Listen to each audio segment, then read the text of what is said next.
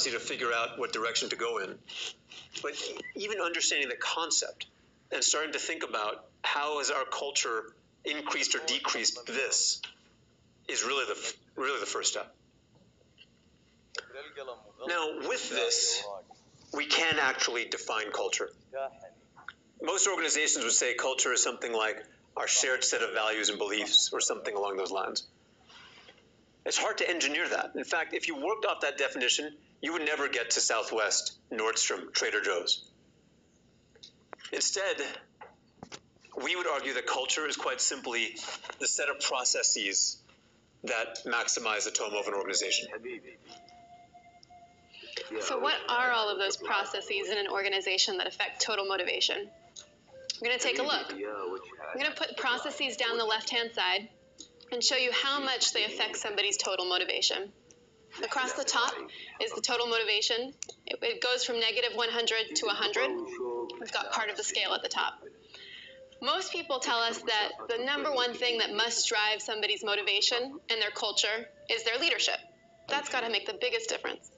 Turns out it's not true. Look, he knows. First one is how your role is designed. When you have a badly designed role or a well-designed role, it can swing somebody's total motivation by 87 points. Next, how your organizational identity is.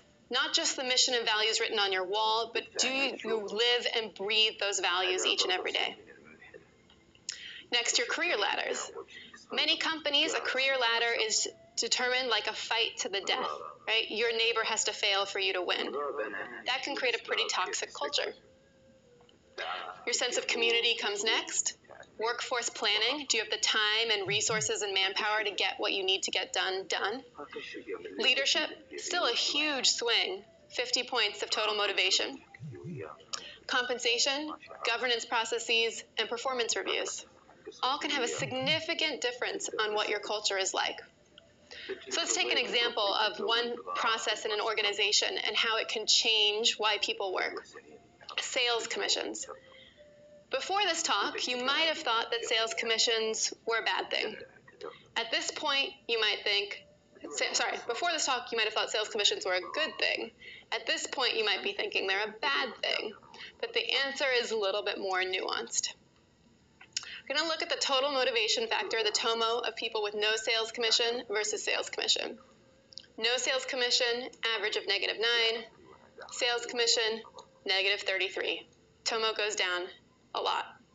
That's what we expected. Here's the wrinkle. This is for people who believe their company does not care about doing the right thing for customers. Your company does not care. When we look at people who think their company does do the right thing for customers with no sales commission, they have a TOMO of 44, much higher. When they have sales commissions and believe the company does the right thing, it goes up to 50. Might be the reverse of what we expected. Now here's what's happening. If you think about it, it makes sense. When you don't think your company is doing the right things for customers, your reason for selling that is the commission. Your reason is the economic pressure. When you think that your company does care about doing the right thing, that these products help, your reason for working is helping your customers, its purpose. And the sales commission is just gravy. In fact, the sales commission can actually increase your sense of play because it is a way for you to track your progress and how well you're improving at your work. So when you design a process in an organization, you have to think about, in my ecosystem, how is this process going to change why people work? So I'll leave you a couple of last thoughts, because I think many of these processes that Lindsay described, only some people in an organization actually have control over them. But we all have control over our own ability as a leader of the people that we work with. And so I'll share with you one last bit of analysis, because if you think about a leader, and you think about that leadership behavior through the lens of TOMO, a leader can use direct motivators, play, purpose, and potential with their team. They can use indirect motivators. Let's take a look at what the effect that has on average on subordinates TOMO. First type of leader that doesn't really focus on the direct motives at all, really focuses on the indirect ones. We see this a lot, by the way. Transactional leaders. We can actually call